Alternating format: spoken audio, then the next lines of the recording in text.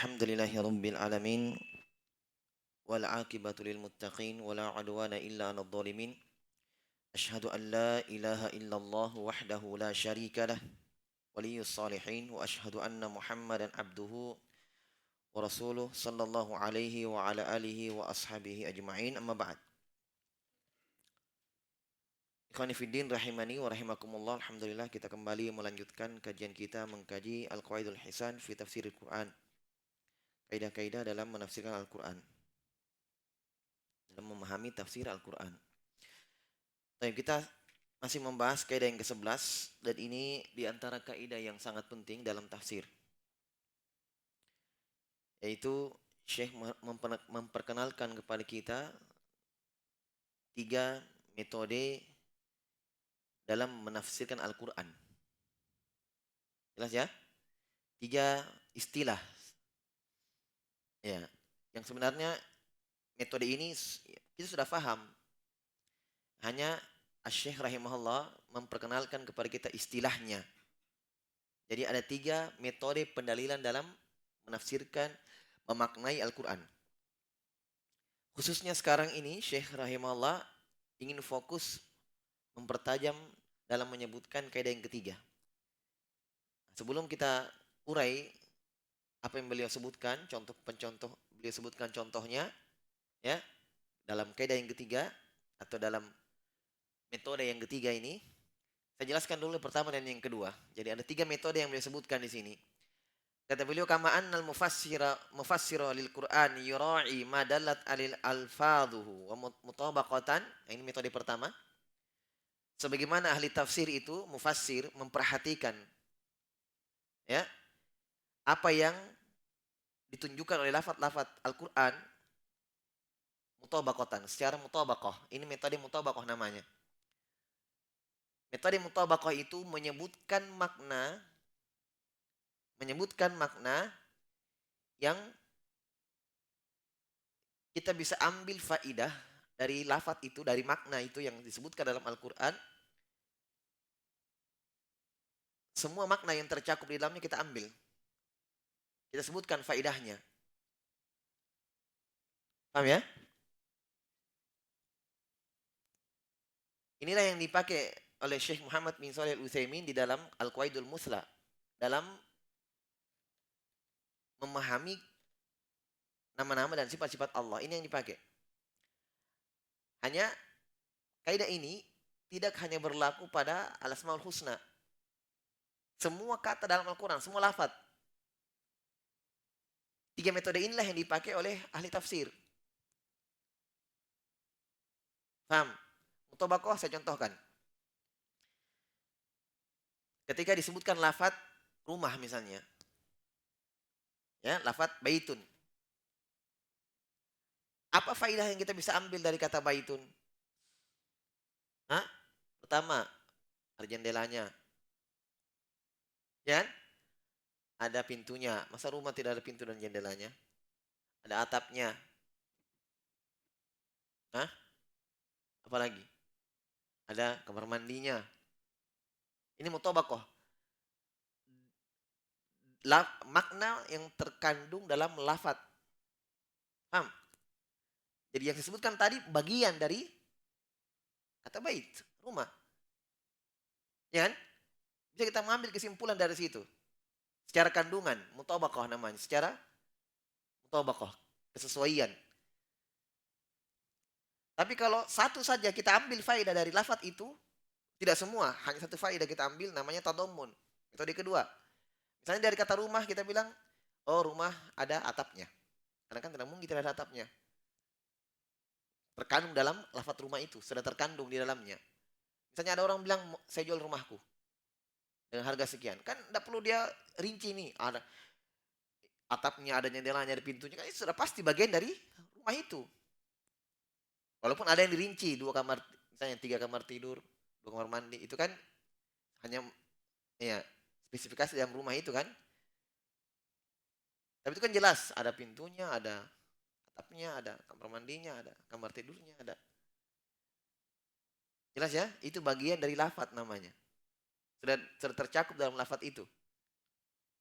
Tapi kalau satu saja faidah makna kita mengambil, misalnya dalam kata rumah itu kita katakan, oh ada atapnya.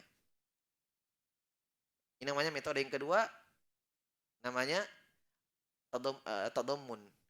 Dia bahasakan wama dakhala fi dimniha. Dan apa yang masuk dalam kandungan lafaz itu. Makanya kita melihat para ulama dalam menafsirkan ayat. Jelas ya? Mereka pakai metode ketiga ini. Tidak ada yang keluar dari metode. Tiga metode ini mereka pakai. Para sahabat dalam menafsirkan Al-Quran seperti itu. Itulah yang Allah Subhanahu wa taala anugerahkan kepada ya seorang hamba yang berbeda-beda. Ini kata pemahaman.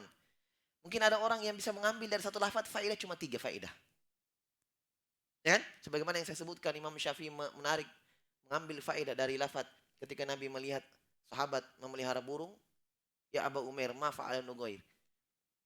Wahai Aba Umair, nama sahabat, apa yang dilakukan oleh burung kecilmu itu? Ya. Hadits ini kata Nabi SAW, ya Aba Umair ma fa'ala nugair. Wahai Aba Umair, apa yang dilakukan oleh burung kecilmu? Imam Syafi'i menarik faedah dari hadits ini ketika Nabi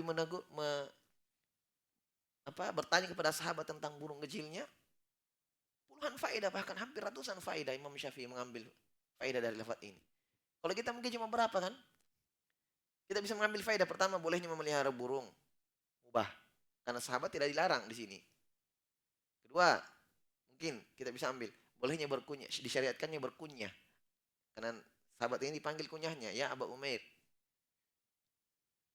Ketiga, menunjukkan akhlaknya Nabi yang mulia. Cuma 3. Ini kan secara mutobaqah, tadammun namanya. Adakah di situ Nabi menyebutkan, peliharalah burung. Boleh pelihara burung. Tidak ada kan? Hanya Nabi menegur, apa yang dilakukan oleh burung kecilmu? Kita bisa ambil, bolehnya pelihara burung. Kenapa? Nabi tidak larang. Ya kan? Nabi tidak melarangnya, berarti boleh. Satu, faidah. Kedua, menunjukkan akhlaknya Nabi. 3, bolehnya disyariatkannya berkunyah. Walaupun ini semua tidak disebutkan secara terang-terangan oleh Nabi faidah itu, tapi kita bisa ambil secara kandungan. Paham? Ya kan? Imam Syafi'i rahimahullah juga ketika disebutkan firman Allah Subhanahu wa taala tentang Abu Lahab, istrinya pembawa kayu bakar dalam api neraka, wa imra'atuhu hammalatal hatab. Fokus pada lafaz itu. Wa imra'atuhu hammalatal hatab. Dan istrinya hammalah, pembawa kayu bakar dalam api neraka. Imam Syafi'i banyak mengambil faedah, di antaranya dalam ayat ini menunjukkan sahnya pernikahan orang kafir. Maksudnya laki-laki dan perempuan kafir masuk Islam tidak disyaratkan lagi mereka nikah ulang secara Islam. Sah pernikahannya. Anaknya yang ada pada mereka nikah di waktu masa kafir sah sebagai anaknya. Ini kedalaman ilmu namanya. Ya. Ini pintu yang Allah bukakan pada seorang hamba yang ilmu yang luar biasa ini. Ini tidak tafsir. Dari mana dia, Imam Syafi'i mengambil kesimpulan itu, kandungan itu? Karena Allah menyebutkan istri Abu Lahab sebagai istri. Wa mro'atuh, dan istrinya. Berarti Allah menganggap sebagai istri. Istrinya. Sah sebagai istrinya. Karena Allah menganggapnya itu dalam Al-Quran.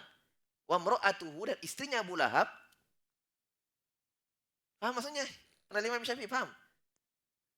Siapa yang sebutkan dalam Al-Quran? Ucapan siapa yang dalam Al-Quran ini? Bilang itu istrinya Abu Lahab. Ucapan siapa ini? Ucapan Allah. Berarti sah sebagai istri kan begitu. Karena disebutkan sebagai istrinya. Kalau tidak sah, mungkin disebutkan dengan lafaz yang lain. Dan teman hidupnya Abu Lahab misalnya. Atau istilah yang lain. Tapi Allah. Wa mro'atuh. Dan istrinya Abu Lahab. Berarti sah sebagai istrinya. Itu kan kedalaman fikih itu Imam Syafi'i. Dan dikuatkan dengan dalil. Dalilnya mana? Tidak nukil dari para sahabat yang masuk ke dalam Islam, nikah ulang. Umar bin Khattab. Contoh kan, beliau dulu musyrik, bahkan ingin membunuh Nabi. Tapi ketika beliau masuk Islam, dinukil, adakah dari mereka nikah ulang dalam Islam? Tidak ada. Banyak sahabat-sahabat yang dulu musyrik masuk Islam, tidak nukil dari mereka masuk dalam Islam. Tidak nukil dari mereka nikah ulang. Ini ketika dua-duanya masuk Islam ya. Adapun kalau salah satunya saja itu lain pembahasannya. Ini kedua-duanya masuk Islam, sah pernikahannya. Di antara dalilnya ayat keislaman itu, amalan soleh menghapus yang sebelumnya. Begitu. Illa man taba wa amana wa amila amalan soleh fa ulaika yubadilullahu sayyi'atihim hasanat. Kecuali siapa yang bertobat, ini Islam itu hijrah itu bertobat. Kata Allah Subhanahu wa taala, dan mereka beramal saleh dan beriman kepada Allah, mereka itulah yang orang-orang yang Allah gantikan kejelekannya menjadi hasanat, kebaikan. Dan ayat yang lain. Paham ini ya? Ini secara kandungan, mutabaqah dan tadammun. Istilahnya mutabaqah dan tadammun sama saja. Nusa bingung. Yang bedanya hanya dari sisi jumlah. Ketika kita tarik pembahasan faidah-faidah dalam ayat itu, semua makna yang tercakup di dalamnya banyak, ya lebih dari satu, banyak sekali. Itu namanya mutabaqah. Kalau satu faidah saya kita ambil, kita bisa mengambil satu kesimpulan saja, namanya tadammun. Yang jelas satu dan dua ini secara apa yang terkandung dalam lafaz itu selesai. Yang ingin beliau fokuskan adalah yang ketiga, sebab ini yang sangat luar biasa lagi. Dia di luar dari kandungan, di luar dari lafaz itu, tapi bisa diambil kesimpulan dari situ. Tapi di luar. Contoh misalnya begini. Ketika disebut kata rumah, kita bisa mengambil kesimpulan, oh ini rumah ada yang membangunnya. Paham? Kenapa? Karena mungkin rumah ada sendiri. Siapa yang bangun? Tukang. Ya kan? Nah sekarang saya tanya, tukang bagian dalam rumah tidak? Bukan.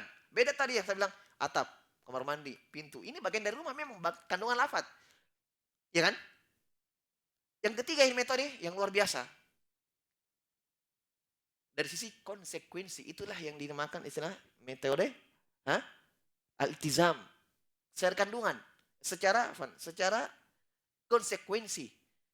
Kenapa kita bisa mengambil kesimpulan bahwa ini ada yang bangun? Secara konsekuensi, keharusan. Tidak mungkin rumah berdiri sendiri. Pasti ada yang bangun. Pasti ada yang bangun. Faham ya? Ini yang paling banyak dipakai oleh tafsir yang ketiga ini. Kalau yang pertama yang kedua kan jelas, memang ya orang insya Allah akan mampu mengambil kesimpulan karena dia lihat lafadznya, oh kandungannya ini. Tapi yang tidak ada kandungan dalam lafadz itu tidak terkait dengan lafadz itu dia. Faedahnya bisa ditarik, itu kecerdasan, kepemahaman. Seperti Imam Syafi'i. Tidak ada di lafadz itu sahnya pernikahannya orang kafir. Kok bisa? Secara konsekuensi. Imam Syafi'i rahimahullah mengatakan, firman Allah, kalla innahum ar-rabbihim yawma idzin lamahjubun. Sekali-kali tidak. Mereka orang kafir dari Allah pada hari kiamat terhijabi. Dari melihat Allah tertutup. Imam Syafi'i berdalilkan ayat ini berarti orang-orang beriman melihat Allah pada hari kiamat. Padahal yang Allah sebutkan orang kafir. Itu pemahaman.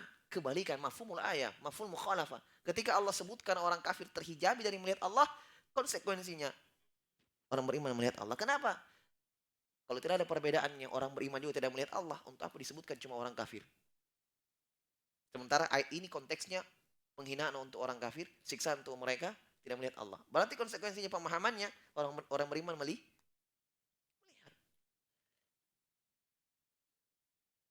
Adakah di situ di ayat Allah mengatakan orang beriman, wahai kalian melihat Allah? Tidak ada. Penyebutan adalah untuk orang kafir, siksaan. Ya kan? Berarti konsekuensinya orang beriman melihat. Agar terbedakan dengan orang kafir, kan begitu. Tanpa melihat ayat-ayat tentang wujuhu yawma idzin nadhirah ila rabbiha nadhirah, wajah-wajah pada hari kiamat berseri-seri. Kenapa? Kepada Allah mereka melihat. Tanpa melihat ini jelas ayatnya. Hanya kita bisa mengambil faedah dari konsekuensi ayat secara keharusan, konsekuensi. Bisa dipahami? Baik. Sekarang ini yang akan Syekh As-Sa'di kita baca sampai di situ ya.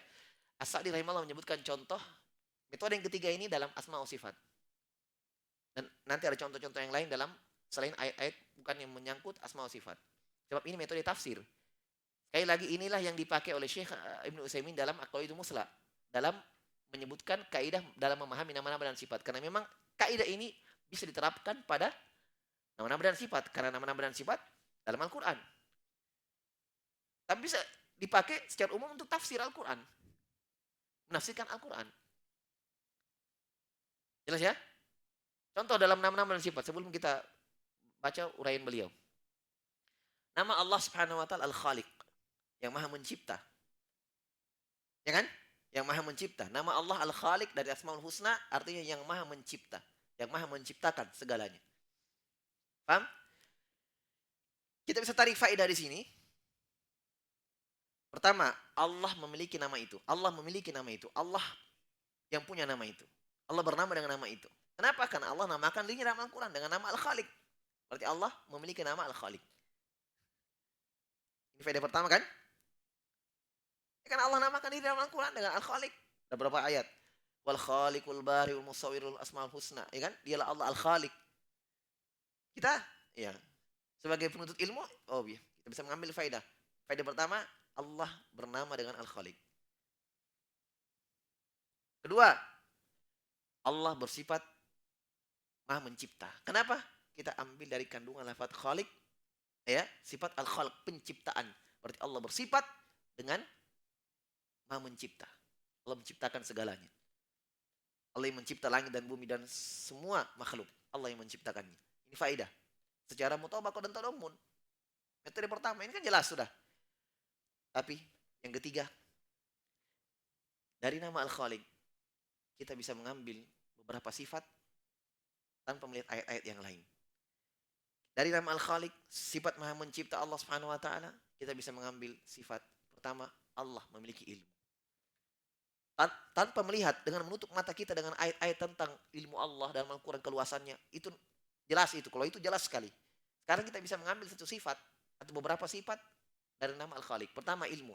Tidak mungkin Allah mencipta sesuatu. Tidak mungkin Allah mencipta makhluk tanpa apa? Hah? Lihat manusia kan kalau mau buat sesuatu, mau buat meja, mau buat apa, dia mau buat rumah misalnya, dia sudah ada di dalam pikirannya. Rumah ini luasnya sekian, bahan-bahan yang disiapkan apa, mau buat meja misalnya, tingginya berapa, dia sudah ada. Maka dia buat. Ya kan? Didahului oleh apa? Ilmu. Itu secara konsekuensi namanya. Tapi adakah Allah menjelaskan di dalam Al-Qur'an? Tidak ada. Itu secara iltizam namanya, konsekuensi. Allah berilmu. Kenapa? Tidak mungkin Allah mencipta langit, mencipta bumi tanpa ada ilmu. Kedua, Allah bersifat dengan sifat Maha Mampu. Kudrah, Allah memiliki kemampuan. Masa Allah kita yakini Allah, oh Allah Maha Mencipta, menciptakan segalanya. Tidak mampu. Tidak mungkin. Berarti ketika kita yakini Allah Maha Mencipta, berarti kita harus meyakini secara konsekuensi Allah mampu. Dari sifat Al-Khaliq kita ambil sifat yang kedua, kudrah Allah. Allah Maha Mampu. Tanpa melihat ayat-ayat dalam Al-Quran tentang Al-Qadir, ya, Allah Maha Mampu melakukan segala sesuatu, itu jelas itu. Ayat-ayat tentang sifat kudrah Allah. Hanya kita bisa mengambil faedah dari satu nama ini. Al-Khaliq. Ini Ibnu Utsaimin sebutkan dua contoh ini dalam Qaulul Muslim. Kita bisa tambah lagi, bisa. Kita tambahkan lagi coba. Kira-kira sifat apa lagi yang dari nama Al-Khaliq, Allah Maha Mencipta, sifat apa lagi yang bisa kita ambil? Kekuatan. Nah, mungkin Allah mau menciptakan kita tanpa kekuatan. Allah Maha Kuat tanpa melihat ayat-ayat tentang kemampuan dan kekuatan Allah Subhanahu wa taala. Allah memiliki nama Al-Qawi yang Maha Kuat. Itu jelas. Apalagi sifat iradah, keinginan. Allah menciptai dengan keinginannya. Dengan iradahnya. Ya kan? Dan mungkin semua ini ada kecuali dengan iradah Allah. Allah mencipta bumi dengan iradah dan keinginan Allah, kehendak Allah. Kan sekuensi itu kan?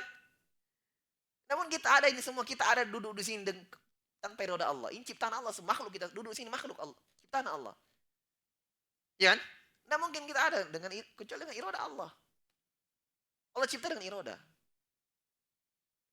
Apalagi dengan melihat ciptaan-ciptaan Allah Subhanahu wa taala. Sifat apa yang bisa tarik? Ada yang hitam, ada yang putih, ada yang kecil, ada yang mati, ada yang meninggal, ada yang hidup, ada. Apa yang kita bisa ambil? Hikmah. Allah Al-Hakim. Hikmah Allah Subhanahu wa taala masih banyak ikhwan, masih banyak. Secara konsekuensi ini. Makanya Syekh Sa'di juga jelaskan, Ibnu Utsaimin menjelaskan dalam Qaulul Muslah, ini mufidatun jiddan li talabil ilm. Metode ini sangat bermanfaat bagi penuntut ilmu. Di sini sebenarnya timbul malakah ilmiah di sini. Ini kemampuan ilmu, mengasah kemampuan. Di sini metode ini dengan dia belajar bisa dia tarik. Jelas ya? Ibnu Utsaimin dari mana beliau ambil ilmu tafsir, mempelajari pintar menafsir Al-Qur'an? Dari gurunya Ina Sa'di rahimahullah. Mufassir ini. Ibnu Utsaimin itu ada buku tafsirnya, ada tafsir juz amma, ada tafsir surat Shad.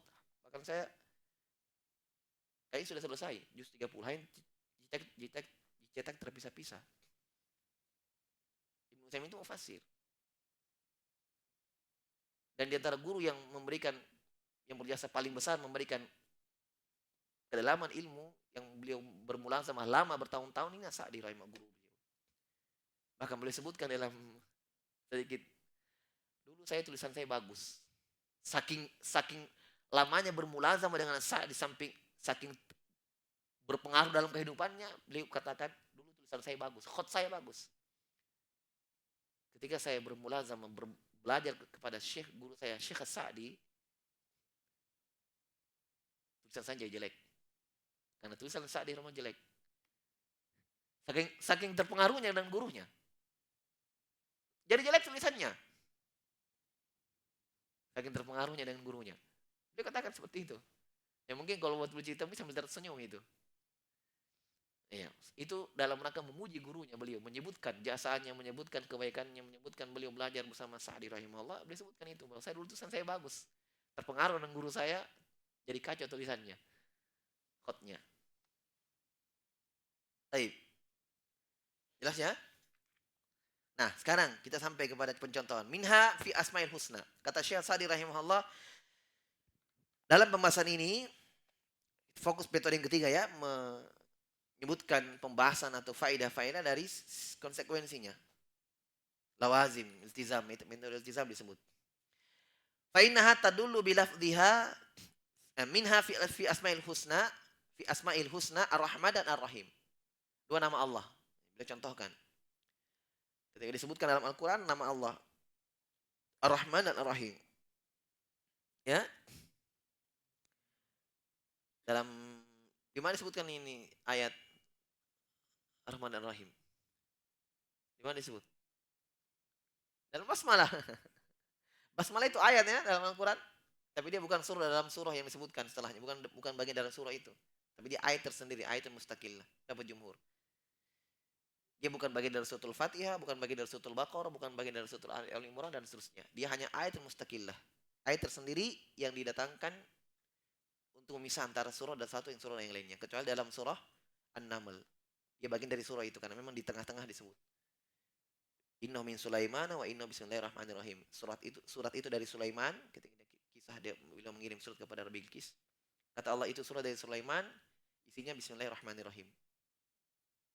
Jelas ya? Kalau itu bagian dari surah An-Naml. Tapi kalau yang lain bukan bagian dari surah Al-Quran. Baik. Sekarang dalam ayat Al-Quran Ar-Rahman Ar-Rahim. Allah sebutkan dua namanya, Ar-Rahman dan Ar-Rahim. Fa innaha tadullu bi lafdhiha ala wasfihi birrahmah.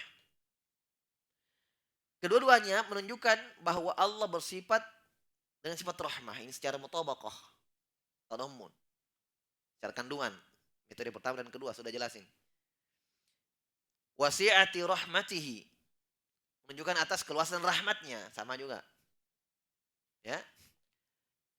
Metode mutabaqah dan tadammun. Bedanya itu saja. Kalau banyak faedah yang disebutkan, mutabaqah. Kalau satu saja, tadammun. Tapi satu dan dua ini, metode satu dan dua, secara kandungan lafaz. Nah, yang ketiga itu yang di luar dari lafaz itu. Faedah-faedah yang luar biasa. Ya. Fa idza fahimta anna rahmatal lati la yushbihuha rahmata ahadin hiya wasfuhu tsabit.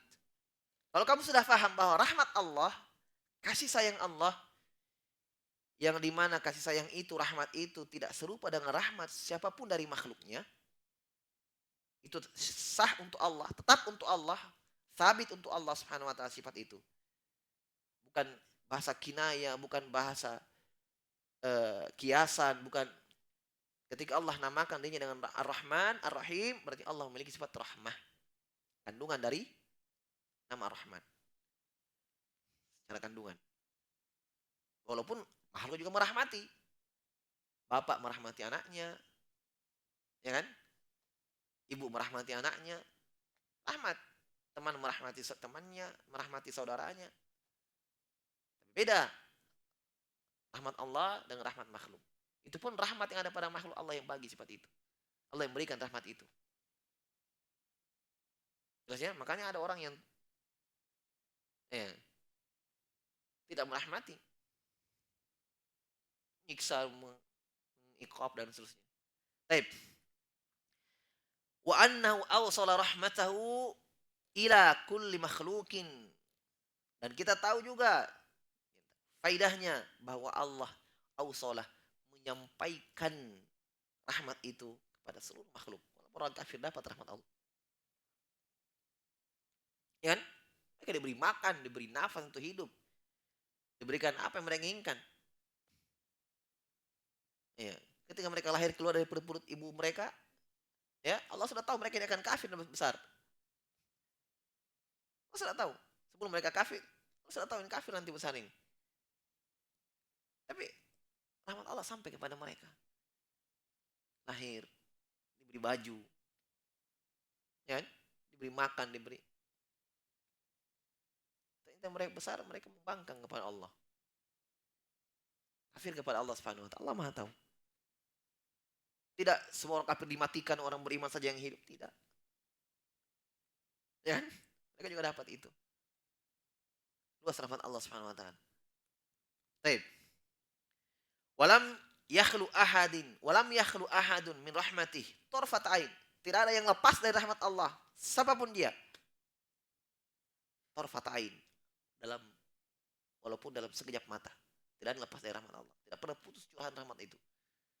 Walaupun tarfat ain, sekedip mata, sekejap mata. Tidak ada yang lepas. Kita kalau lepas sedetik pun kita lepas dari rahmat Allah, mati kita sudah. Mati. Jelas ya? Arafta anna hadzal wasfa yadullu ala kamali hayatih. Nah, sudah, konsekuensi sudah ini.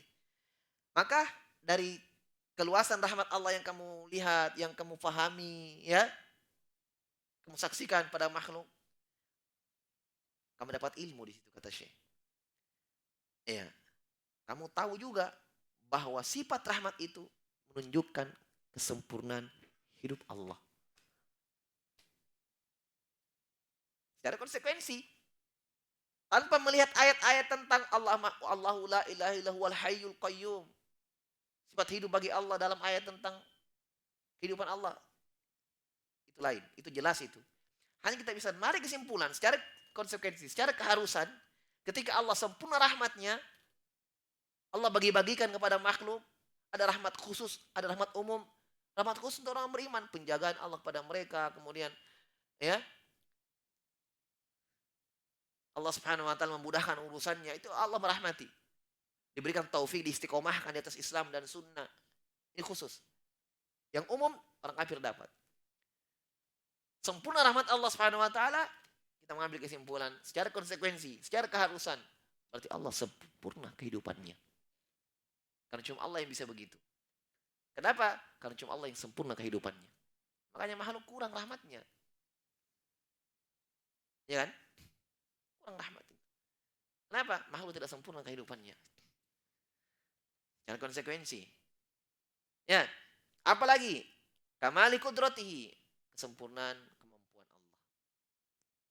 Dan sifat rahmat itu kita mengambil sifat Allah sempurna kemampuannya. Karena di waktu bersamaan Allah mampu menyiksa. Allah mampu menyiksa, Allah berkuasa. Tapi Allah memberikan rahmat. Dalam keadaan Allah mampu menyiksa.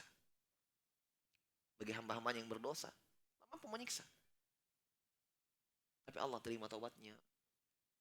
Bahkan kadang belum bertobat sudah diampuni. Mungkin dia pernah melakukan amalan yang luar biasa, kecil tapi ikhlas dia lakukan. Yang membuat itu dia ampuni dosanya. Luasnya rahmat Allah. Dalam keadaan Allah mampu menyiksa. Beda makhluk kan. Kadang dia memiliki rahmat, kasih sayang. Karena memang tidak bisa berbuat semena-mena kepada orang. Dia paling lemah. Itu kan makhluk kan. Kadang dia merahmati, tapi memang kadang tidak bisa berbuat semena-mena. Tidak bisa menzalimi orang. Tidak bisa. Jadi ya, itu yang ada dari dirinya. Allah tidak. Dalam keadaan Allah mampu berkuasa. Allah subhanahu wa ta'ala mampu untuk menyiksa. Allah berkuasa. Tapi Allah merahmatimu. Diberikan kasih sayang. Jelas ya? Karena kesempurnaan kemampuan Allah subhanahu wa ta'ala. Apalagi wa ihatati ilmihi. Dan keluasan ilmunya. Kenapa? Rahmat Allah terkait dengan ilmu Allah. Ya karena ketika misalnya Allah memberikan rahmat khusus kepada orang beriman. Karena itu muncul, beranjak dari kemahatauan Allah subhanahu wa ta'ala. Siapa yang berhak mendapatkan kasih sayang Allah, siapa yang tidak. Secara khusus ya. Iya tidak? Allah milih para sahabat, sekian banyak manusia yang hidup di zaman Nabi SAW. Allah milih para sahabat yang menemani Nabi SAW. Kan banyak manusia, banyak umat Islam di situ dulu. Di zaman Nabi sudah masuk belum bodong-bodong. Tapi sahabat yang menemani Nabi, setia menemani Nabi, suka maupun duka, orang-orang pilihan. Kan banyak. Ada orang Arabi pegunungan, ada yang dari tahu namanya siapa. Tapi yang kita tahu namanya para sahabat. Walaupun mereka beriman juga kepada Nabi. Jelas kalau melihat Nabi, berjumpa dengan Nabi dan beriman, meninggal di sisi ada sahabat.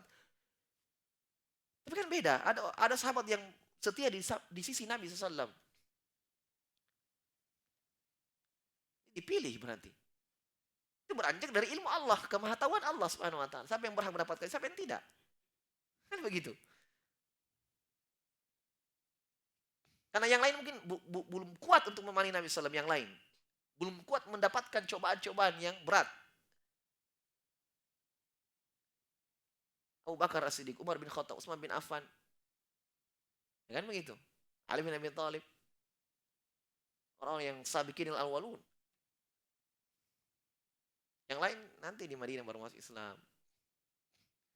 Makanya keafdoliaan dari sisi keutamaan, dari sisi kesamaan memang berbeda.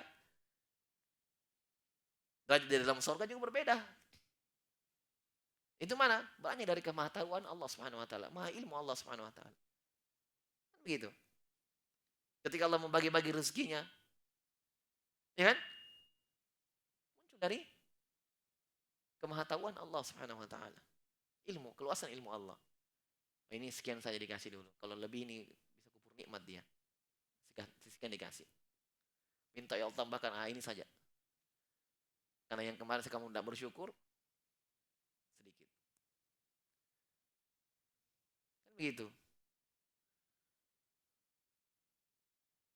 Makanya Hatim Al-Asam rahimahullah ketika membaca firman Allah, nahnu qasamna bainahum ma'isyatahum fid dunya, beliau mengatakan, saya melihat manusia saling hasad. Wa itu nasa yatahasadun. Fa nadartu ila qoulihi ta'ala, nahnu qasamna bainahum ma'isyatahum fid dunya. Dalam surah Zukhruf kata Allah, kamilah yang membagi kehidupan mereka, rezeki mereka di dunia. Kata Hatim Al-Asam rahimahullah, fatarqtul hasad, saya tinggalkan hasad. Beliau menelaah firman Allah Subhanahu wa taala, memperhatikan kamilah yang bagi rezeki itu kan untuk kalian di dunia. Apa hasad? Kepada manusia. Allah yang bagi kok. Makanya tidak boleh hasad, iri hati, dengki. Kenapa? Ada bentuk kritikan terhadap takdir, terhadap pembagian Allah. Begitu. Kenapa? Ya kan Allah tahu semua siapa yang berhak mendapatkan ini. Siapa yang tidak berhak. Fir'aun tidak diberikan hidayah oleh Allah. Kenapa Allah tahu? Hatinya tidak bisa terima hidayah hatinya. Kan begitu. Semua pembagian Allah, hidayah, taufik. Allah yang bagi itu. Nah sembarang Allah bagi kan begitu. Keluasan ilmu Allah subhanahu wa ta'ala. Jelas ya? Sempurnaan ilmunya. Wa nufudhi masyiatihi. Ini lagi. Banyak faedah Syekh Sa'di mendapatkan. Hanya dalam nama Allah Ar-Rahman, Ar-Rahim. Sifat rahmat. Kesempurnaan nufudhi masyiatihi. Berjalannya kehendak Allah. Maksudnya ketika Allah berkehendak tidak ada yang halangi. Pasti terjadi. Itu nufud. Nufud namanya berjalan. berjalan sesuai rencana, sesuai kehendak. Nufud. Kalau kita kan tidak bisa berjalan sesuai rencana. Karena kita berencana ternyata tidak jadi. Berarti tidak nufud kehendak kita. Tidak nufud. Allah selalu nufud. Kalau Allah tidak berkehendak, tidak akan terjadi. Allah berkehendak, nufud. Terjadi. Manusia cuma bisa berencana, mau ini deh. Mau ini usaha, dapat ini. Tidak ada. Cuma angan-angan yang tinggal. Itulah manusia. Allah tidak. Nufudhi masyiatihi. Ya. Wa kamali hikmatihi. Kita mengambil kesimpulan juga, mengambil faedah dari sifat rahmat Allah Subhanahu wa taala, merahmati makhluk, rahmat umum dan rahmat khusus. Pelajaran apa kita bisa ambil? Kesempurnaan hikmahnya. Ini jelas. Oh, jelas ini. Enggak usah diurai. Jelas kesempurnaan hikmah. Kesempurnaan hikmah Allah Subhanahu wa taala. Hikmah itu ya maha benar ketika berbuat. Tidak pernah salah, tidak pernah keliru. Itu antara mana hikmah. Karena Allah Al-Hakim. Dalam seluruh takdir Allah, dalam seluruh hukum Allah dan ketentuannya benar, tepat pada waktunya, tepat pada kejadiannya, benar. Tidak pernah, tidak ada yang salah dalam perbuatan Allah, tidak ada yang keliru, semua benar. Ketika Allah menakdirkan si Firaun kafir, benar, tidak ada yang salah di situ. Yang salah dia memilih itu. Ketika Allah menakdirkan Abu Lahab meninggal dari kekafiran, Abu Talib meninggal dari kesyirikan, benar, hikmah Allah. Ya hikmahnya orang-orang yang beriman mengambil pelajaran.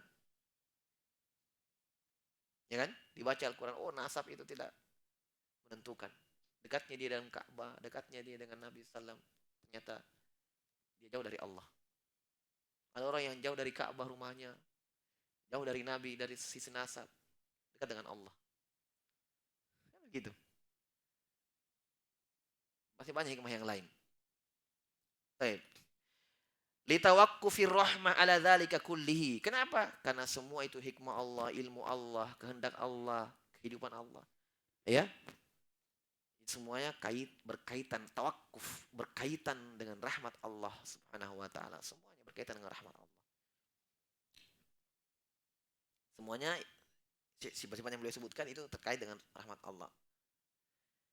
Tsumma stadlalta bi si'ati rahmatihi. Kemudian kamu juga bisa berdalil, mengambil faedah dengan keluasan rahmat Allah ala anna syar'ahu nurun wa rahmah. Ya, bisa kamu mengambil istidlal, bisa kamu mengambil faedah dari rahmat Allah, dari nama Allah Rahman dan Rahim. Ya, rahmat Allah, kamu bisa mengambil faedah bahwa syariatnya Allah adalah cahaya dan rahmat Allah. Lebih dalam lagi ini, luar biasa ini, Sa'di rahimahullah.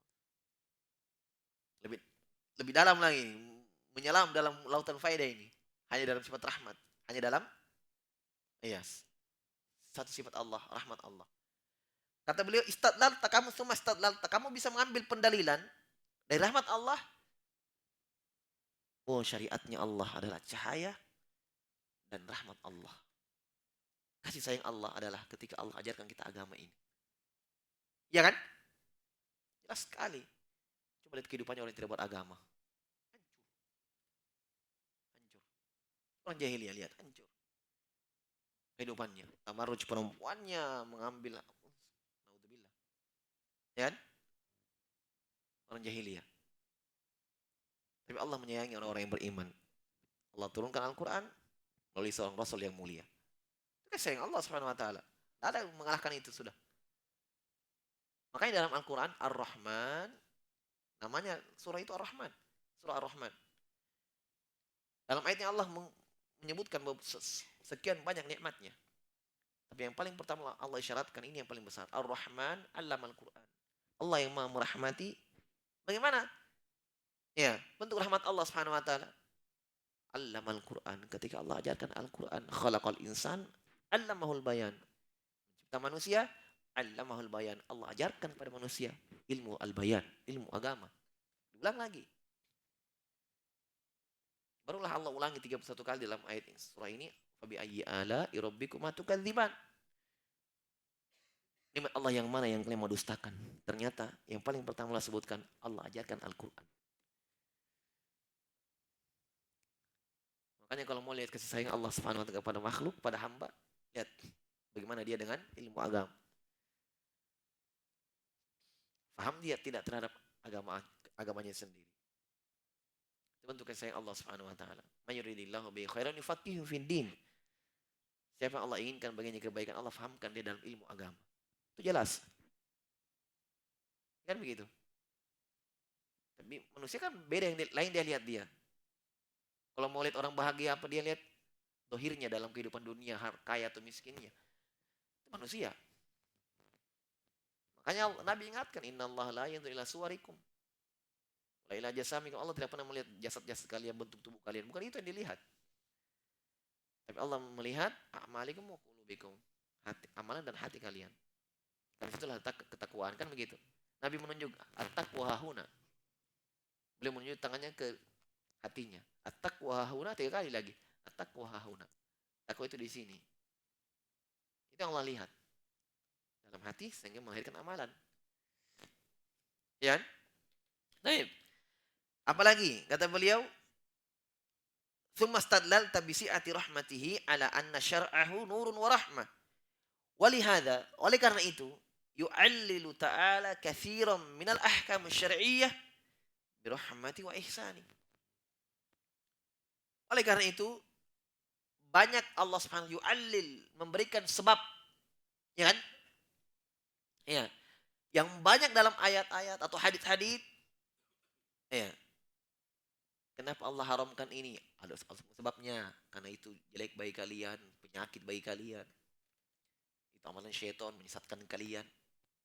Allah sebutkan taklil di situ. Ya. Dengan Allah menyebutkan birahmati wa ihsani. Ya. Ketika Allah sebutkan tentang pengharaman khamar, innamal khamru wal maisir wal ansabu wal azlamu rijsun min amali syaitan fajtanibu. Rahmat Allah. Ketika Allah sebutkan pengharaman. Jadi Allah haram sesuatu karena rahmat Allah. Bukan karena Allah pelit, bukan karena Allah Subhanahu wa taala kejam, bukan. Karena rahmat Allah. Ketika Allah haramkan sesuatu. Tapi kalau orang mindsetnya mungkin ya dangkal ilmunya, kenapa yang sedikit-sedikit haram? Kita mau khamr tidak bisa, mau zina tidak bisa, mau dilarang semua. Ya Allah, semua yang Allah haramkan untuk kau, pasti di situ ada satu jalan keluar yang Allah bolehkan.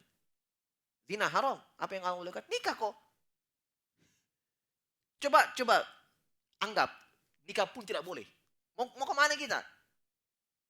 Hah? Mau kemana? Tidak boleh nikah, haram. Pasti stres. Mati sendiri mungkin, mati sendiri. Ya kan? Tapi Allah bolehkan nikah. Zina haram. Riba haram. Ada yang Allah bolehkan. Jual beli. Makanya sebutkan, ketika Allah menyebutkan yang haram, Allah sebutkan jalan keluarnya. Pasti. Halallahul bai'a wa harrama riba. Allah halalkan jual beli, Allah haramkan riba. Khamar, haram khamar kan? Haram. Apa yang Allah bolehkan? Banyaknya sirup, teh, madu, apalagi kopi, apa ini? Halal semua. Iya kan? Lebih banyak Allah halalkan. Itu rahmat Allah. Jadi tidaklah Allah haramkan sesuatu kecuali dengan rahmatnya. Tidak Allah haramkan sesuatu kecuali dengan rahmat Allah itu. Ini penyakit untuk kita, jelek untuk kita, tubuh rusak semua. Iya. Salah itu sebenarnya Bang Roma. Kenapa yang enak diharamkan? Tidak ada yang enak. Semua tidak enak itu sebenarnya. Penyakit kan?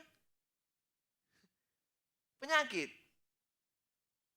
Kita sebut dalam Al-Quran. Diteliti ini babi ada bibit pitanya apa mematikan. Itu sudah hikmah Allah Subhanahu wa taala. Walaupun ahli tidak menemukan itu, umat Islam yakin. Orang beriman yakin. Karena tidaklah Allah haramkan sesuatu kecuali mudarat untuk hamba. Itu jelas kaidah, itu paten dalam syariat. Tidak bisa dirubah lagi. Kaidah itu. Ya kan? Mafsadahnya lebih banyak daripada maslahatnya. Buruk. Kan begitu. Dalam Al-Quran ketika Allah haramkan khamar, ya. Dulu kan minum, para sahabat minum dulu di masa jahiliyah. Nah Allah, subhanallah, Ketika Allah mengharamkan, karena luasnya rahmat Allah, Allah haramkan pelan-pelan. Ya kan? Orang ini Allah ingin haramkan ini. Tapi Allah Subhanahu wa taala mampu mengharamkan satu kaligus. Tapi karena rahmat Allah Subhanahu wa taala begitu luas kepada hambanya, Allah tahu bahwa ini mereka tidak mampu tinggalkan satu kali. Oh, dulu mereka berjergan-jergan di rumahnya minum, mabuk. Iya, betul ini. Nah, Allah turunkan dulu apa? Ya ayyuhalladzina amanu la taqrabus sholata antum sukara. Ini dulu. Jangan mabuk kalau mau sholat. Maksudnya apa? Di luar sholat, fadl. Di luar sholat, oh, mabuk. Tapi kalau untuk sholat jangan. Pas mau mendekati sholat jangan mabuk dalam masjid. Mau sholat, itu dulu yang turun. Mulai kan, mulai ada larangan, tapi masih ada boleh. Nah, ketika turun ayat, sudah terbiasa mereka meninggalkan di luar sholat, haram semua secara mutlak. Ya ayyuhalladzina amanu innamal khamru wal maisiru wal ansabu wal azlamu rijsun min amali syaitan fajtanibuh. Disuruh tinggalkan, jauhi. Dan di situ disebutkan wa yasuddakum, karena itu menghalangi kalian dari jalan Allah, dari mengingat Allah. Tapi Allah sebutkan di situ dalam satu Baqarah kan? Ya. Apa?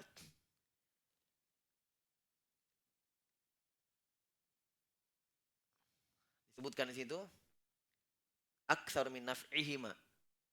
Ya kan? Kejelekannya lebih banyak daripada manfaatnya. Kejelekannya, kemudaratnya lebih banyak, lebih besar daripada manfaatnya. Diharamkan. Baik. Maksudnya ya mungkin mereka anggap enak dari sisi syahwat, hawa nafsu. Selalu tertarik untuk ke sana. Ya, hanya karena kejahilan manusia yang tidak punya ilmu terhadap perkara tersebut. Ya. Lebih mendahulukan hawa nafsunya, lebih mendahulukan syahwat itu. Padahal sebenarnya jelek bagi dia tubuhnya, untuk kehidupannya. Apalagi untuk kehidupannya setelah matinya di akhirat. Jelek untuk dia. Ingat ya kaidah syariat itu, kaidah syariat itu.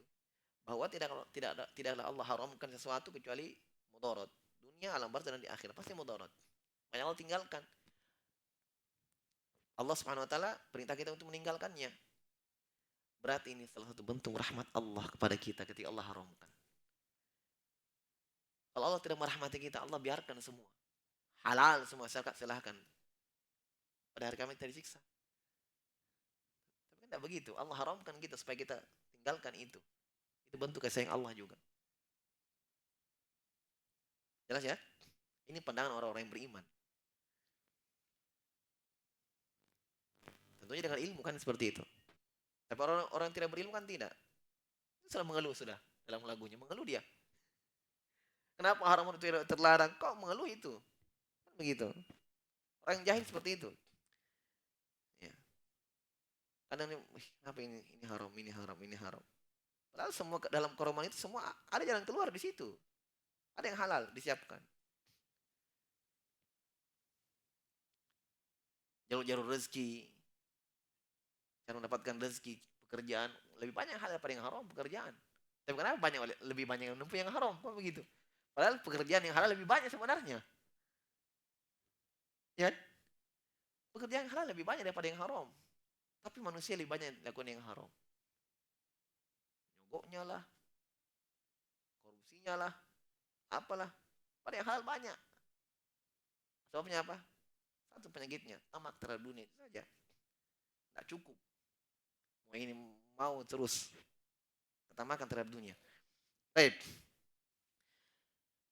Kata beliau, oleh karena itu Allah Subhanahu wa taala menyebutkan sebab dalam pensyariatan, ya, dalam hukum syariat dengan rahmat dan ihsan kebaikan Allah Subhanahu wa taala. Li'anna min muqtadahu wa athari min muqtadahu wa atharih. Karena itu adalah dari kandungan dan athar. Pengaruh, ya, kaitan dengan rahmat Allah Subhanahu wa taala. Selesai ya pencontohan dalam asma sifat kaidah konsekuensi ini tentang menafsirkan, memaknakan lafaz dalam Al-Qur'an secara keharusan, konsekuensi. Satu contoh lagi. Wa minha qauluhu ta'ala innallaha ya'murukum an tu'addul amanati ila ahliha wa idza hakamtum bainan nasi an tahkum bil adl. Masyaallah, dalam surah An-Nisa contohnya. Yaitu firman Allah, Allah memerintahkan kalian untuk menunaikan amanah kepada pemilik amanah. Kita sebagai anak buah, sebagai bawahan, apa amanah kita, apa pekerjaan kita, kita tunaikan. Kita sebagai suami, apa kewajiban kita dalam rumah tangga, kita tunaikan. Kita sebagai anak, apa ya, apa kewajiban kita untuk kepada orang tua itu amanah, kita tunaikan. Ya, amanah. Kita semua ini hidup mengemban amanah. Ya. Baik. Tunaikanlah amanah itu kepada pemiliknya. Maksudnya tunaikan kewajibanmu, tunaikan haknya, berikan haknya. Wa idza hakamtum bainan nas, dan kalau kalian berhukum kepada manusia, antahkumu bil adl. Berhukumlah dengan adil. Baik. Fa idza fahimta anna Allah amara bi ada'il amanati kulliha ila ahliha istadlalta bidzalik ala wujubi hifdzil amanat. Dari ayat ini kamu sudah mengambil ilmu, satu mendapatkan faedah. Kamu sudah faham bahwa Allah perintahkan apa? Faedah kita dapatkan, Allah perintahkan apa? Menunaikan amanah. Maka kamu bisa mengambil kesimpulan lain. Bisa mengambil faedah lain. Apa faedahnya? Wajibnya menjaga amanah. Menjaga amanah. Allah perintahkan. Wajib menjaga amanah. Amanah. Jelas ya? Tapi dapat pahala. Jangan jadi beban. Ada amanah. Beban. Tidak.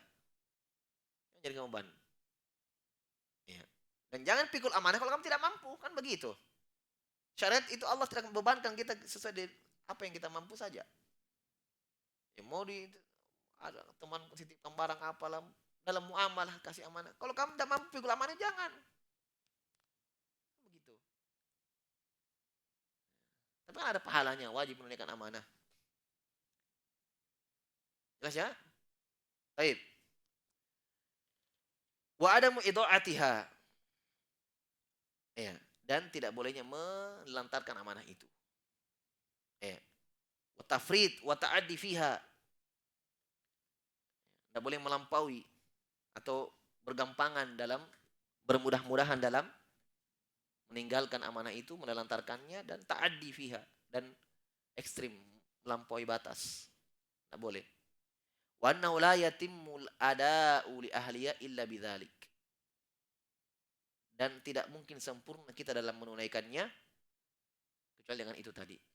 Menjaga amanah itu, ya, tidak bermudah-mudahan dalam bergampangan dalam menelantarkannya. Baik.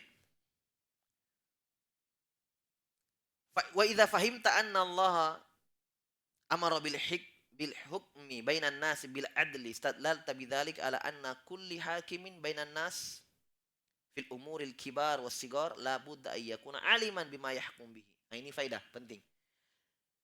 Apa perintah dalam ayat itu? Perintah menjaga amanah. Perintah apa tadi satunya? Wantahkum bil adl. Untuk menghukumi manusia dengan adil. Berarti ini antum enggak perlu kita bahas ini.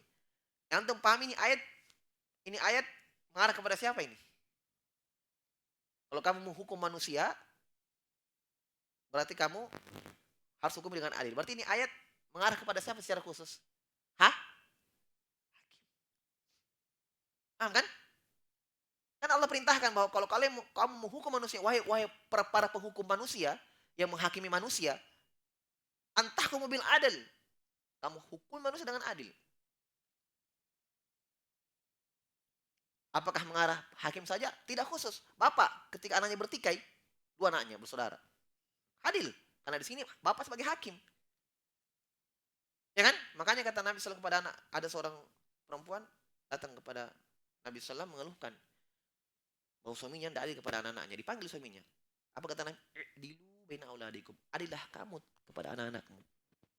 Kalau kamu belikan mainan ini, belikan juga mainan yang satu. Adillah kepada anak-anakmu. Jangan kamu memberikan pembagian yang tidak adil. Adil. Ya, jelas ya? Apalagi memang sebagai seorang hakim. Adil. Berarti kita mengambil faedah ketika Allah wajibkan seorang hakim, ya, menghukumi manusia dengan adil. Syekh mengambil faedah.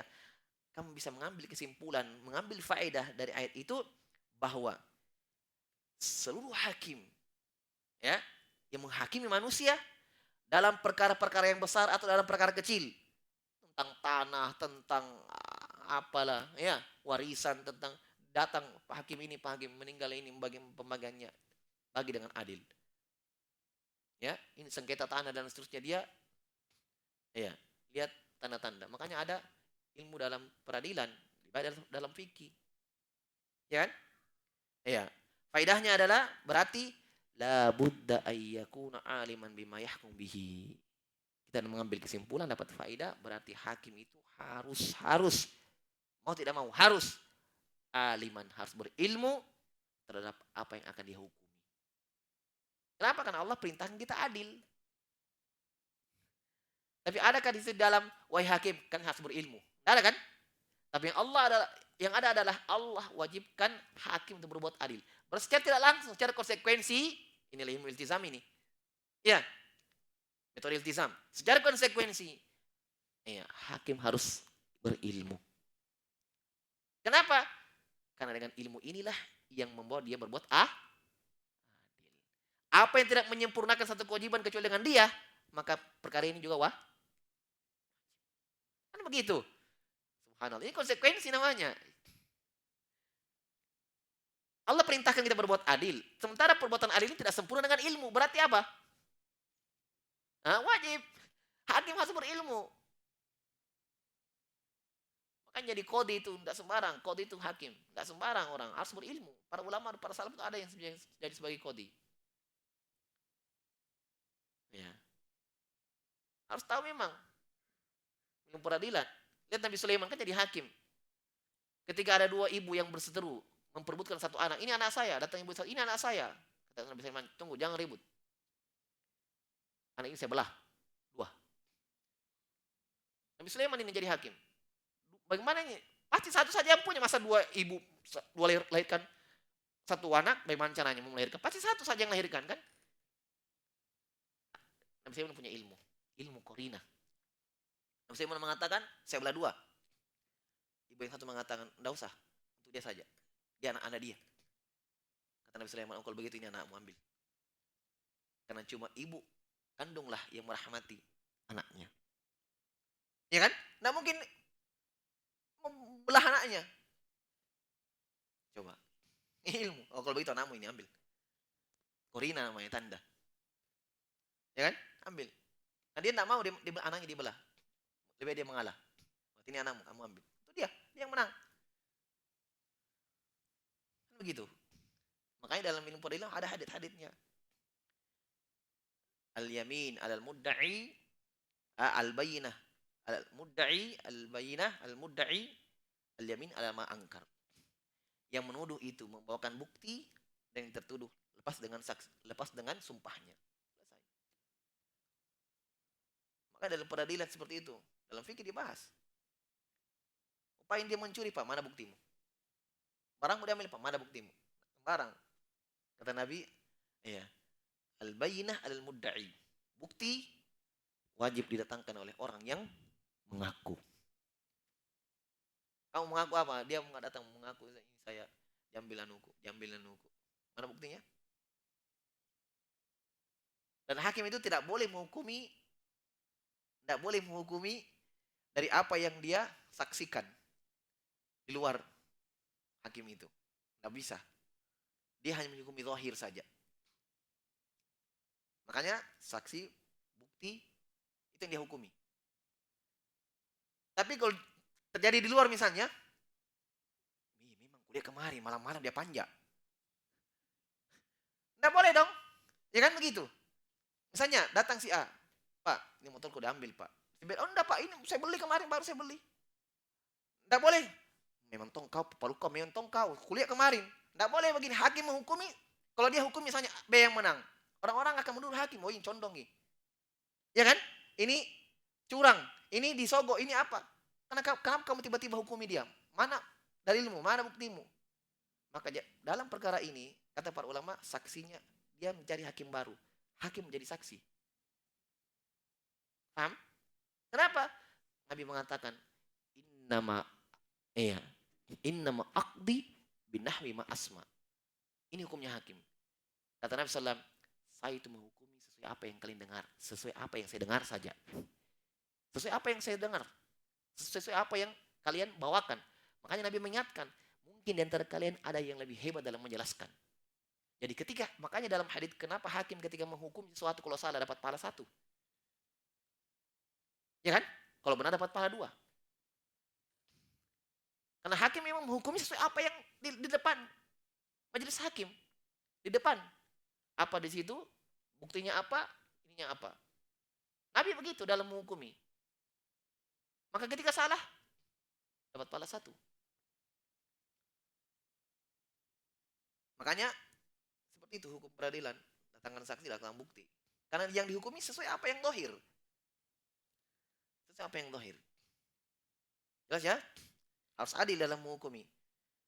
Ini tidak sembarang ini. Harus orang punya ilmu di sini. Bahkan para ulama salaf itu ada itu jadi hakim tidak mau. Mending saya belajar saja. Kata para ulama. Tapi ada beberapa ahli hadits yang menjadi qadhi. Hanya ketika menjadi qadhi langsung ada yang hafalnya lemah langsung. Hadisnya tidak ambil. Kesibukan kan? Mengurusi manusia. Pertikaian manusia. Langsung lemah haditsnya. Kalau kita baca mustalah ada beberapa orang ahli hadits. Ya. Du'ifa fi riwayatihi lamma tawalla al-qadha. Dilemahkan riwayatnya ketika mulai menjadi qadhi, ketika mulai menjadi hakim. Sebelum jadi hakim masih kuat hafalannya. Pas jadi hakim, hancur hafalannya, sudah kacau. Dan diambil hadisnya setelah itu. Kenapa? Karena sudah, tiap hari ada masalah manusia, bertikai misalnya. Besok datang lagi, bertikai lagi. Dia lagi selesaikan. Ada seperti itu. Tapi kan ya dia mendapatkan pahala di situ. Jadi wakil Allah di dunia. Kan begitu. Jadi wakil Allah di dunia. Menghukumi antara manusia. Ini ayatnya. Kalau kalian sebagai seorang hakim menghukumi manusia, antakum bil adil. Ya. Hakimilah secara adil. Kata Syekh, perkara besar atau kecil, maka dia harus memiliki ilmu. Fa in kana hakiman amman fala budda ay yuhassila minal ilm ma yu'ahhiluhu ila dzalik. Kalau dia hakim umum, maka dia harus memiliki ilmu untuk itu. Ya. Wa in kana hakiman bi ba'dil umuril juz'iyyah kasyiqaq bainaz zawjain. Kalau dia hakim khusus saja, enggak umum dia hakimnya. Dia hakimnya hanya untuk pertikaian antara suami istri. Enggak semua dia masalah tanah apa, enggak, dia khusus antara suami istri. Ya. Kata Syekh, haitsu amarallahu an nab'atha hakaman min ahlihi wa hakaman min ahliha. Karena dalam Al-Qur'an ada memang hakim yang dipanggil seperti ini. Tapi ini biasa dari keluarga saja. Makanya dalam Al-Quran ketika bertikai ini, suami istri, ya, ini sudah berapa jalur yang ditempuh, ya makanya perceraian itu kata para ulama, perceraian sebenarnya hampir diharamkan.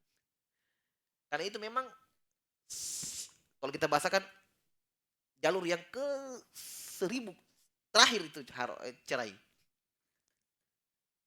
Sudah dalam Al-Quran kan ada fasenya dalam surah Nisa. Dinasehati kalau istrinya membangkang, kalau melanggar terus istrinya langsung dicerai, tidak. Ya, bisa tempat tidurnya. Ya kan? Kalau masih membangkang istrinya, kata Allah, boleh dipukul. Itu pun pukulannya kata Nabi SAW, dorban garim mubarreh, pukulan tidak membekas. Tetap juga masih begitu, ada ayat. Kata Allah, fabathu hakaman min ahlihi wa hakaman min ahliha iyurida islaha. Kalau memang masih mau, maka kata Allah, panggillah hakim. Maksudnya orang yang bisa menghukumi ini dari keluarga laki-laki dan dari satu orang juga yang adil, hakim yang adil dari keluarga perempuan. Mau sepupunya, suaminya atau siapa saja, yang penting dari keluarga perempuan satu, dari keluarga laki-laki satu. Orang yang adil. Kata Allah. Fabathu hakaman min ahlihi wa hakaman min ahliha. Panggillah hakim satu orang dari keluarga laki-laki, dari keluarga perempuan. Mereka yang berunding. Iyurida islaha. Kalau memang mereka masih menginginkan kebaikan, masih mau islah. Nah, ini yang Syekh sebutkan. Berarti memang dia khusus ini, khusus masalah ini saja. Bukan hakim umum. Ya. Kata Syekh tetap juga harus berilmu. Masalah perceraian, masalah itu. Kan begitu. Makanya dipanggil mereka berdua ini. Apa masalahmu? Kamu apakan istrimu? Kamu apa salahmu? Jadi mereka yang hukum ini. Orang yang adil dari kalangan laki-laki dan dari orang yang adil dari pihak perempuan. Jelas ya? Dalam Al-Quran. Ya. Falabuda ayyakuna arifan bihadil umur. Maka dia harus tahu tentang masalah ini. Allati yuridu ayyahkuma biha. Yang dia ingin menghukumi. Jangan tidak tahu masalah tiba-tiba kau memang salah. Tidak tahu apa dia. Iya, belum bertanya, belum ya, berinterogasi, belum tiba-tiba kau memang salah, memang tahu. Ya kan? Tidak seperti itu. Tapi dia kata Syekh harus tahu perkara ini yang dia menghukumi. Ya'rifut tariqal lati yusiluhu ilaiha. Dia harus tahu ya jalan agar dia sampai kepada menghukumi secara adil. Mungkin dia tanya kedua belah pihak dan seterusnya. Jelas ya? Misalnya ada beberapa contoh masih beliau sebutkan secara nanti ada beberapa ayat lagi beliau sebutkan. Sepanjang ya karena memang ini beliau ingatkan di awal bahwa ini kaidah yang sangat bermanfaat dalam ilmu tafsir. Kita lanjutkan pada pertemuan selanjutnya. Wallahu a'lam bishawab.